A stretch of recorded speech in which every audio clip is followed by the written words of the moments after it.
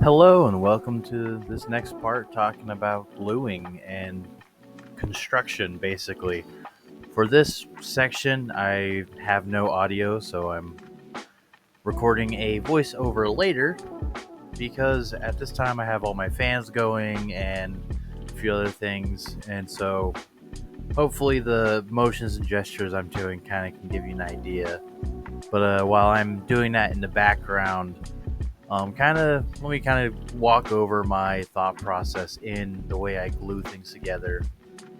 So, for a lot of things like, just simple shapes like what you're seeing on screen right now at the moment, it's just use the barge contact cement, apply it to both surfaces, let it dry for about 3 minutes, and then you can just press it together. Nice and easy. But for more complex shapes, which I think is coming up maybe, or is a little later, like for say a curved shape that has a right angle, I like to use hot glue to kind of give it that little extra rigidity and just help me out in peace of mind.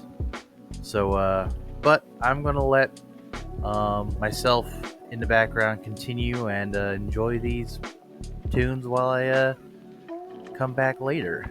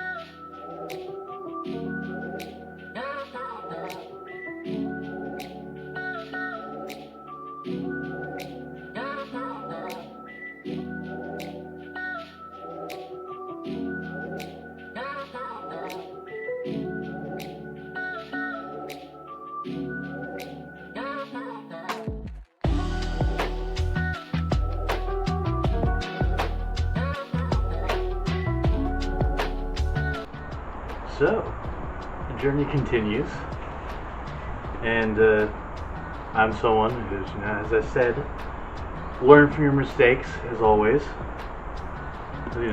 This one, as I said, is too small. like when my face sits butt up to the inside. I'm probably going to try to insert some pictures here of that. And this one right here is too large. As you can, it doesn't fit very well. And the ring I just made, which is the bottom part, is again too small.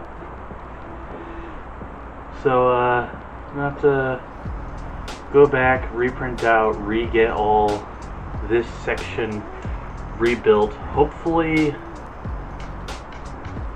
I'm not quite sure.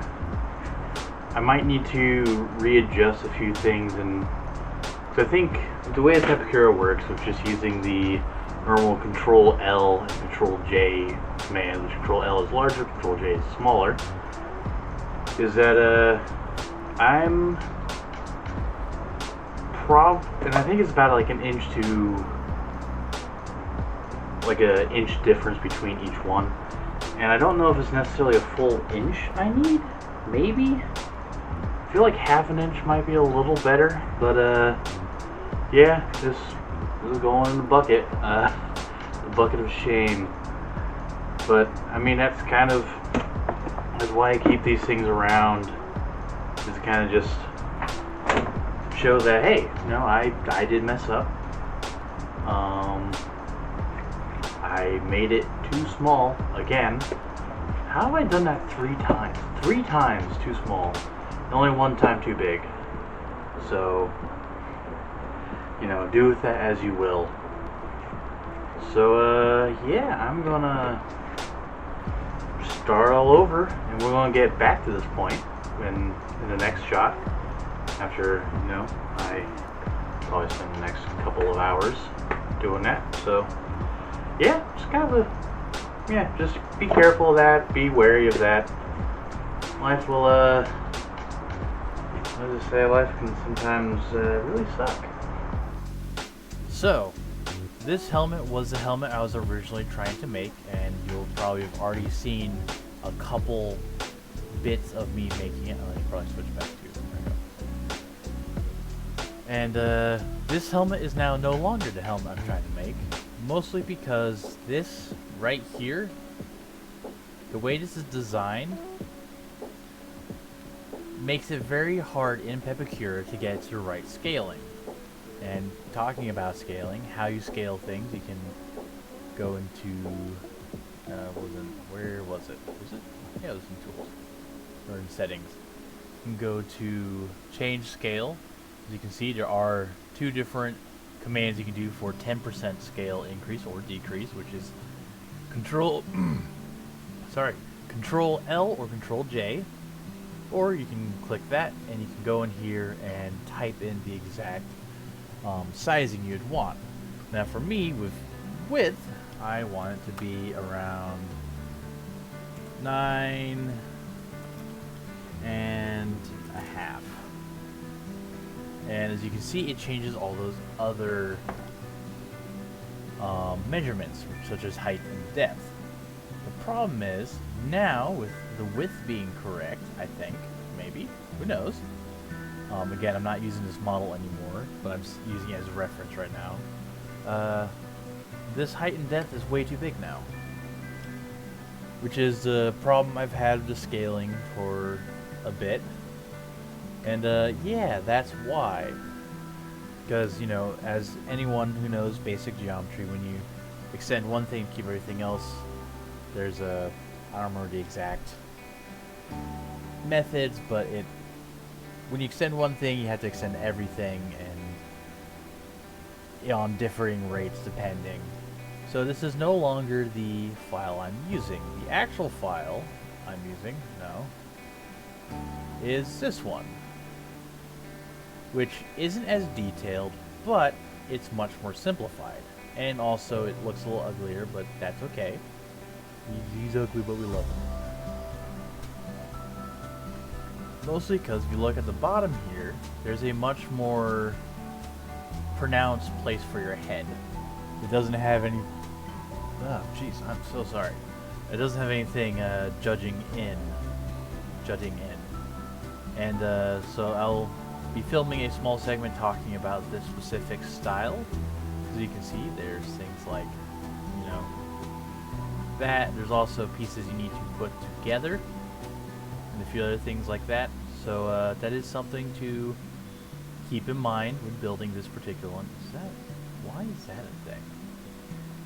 Anyway, but this is from a channel called Hero Forge, and they're fantastic. I'm going to put a link to their videos in the description because they have a lot of free models they put out and are just genuinely good people. So yeah, but yeah, that's kind of where I have ended up. I did end up slightly scaling it up. I've already printed out the patterns, and the next thing you'll see is hopefully this entire bottom neck ring completed, and we'll see if it fits me, and then I will continue going on talking about the rest of the build of this helmet. So yeah, just real brief overview, and yeah, man, projects never go as simple as you hope.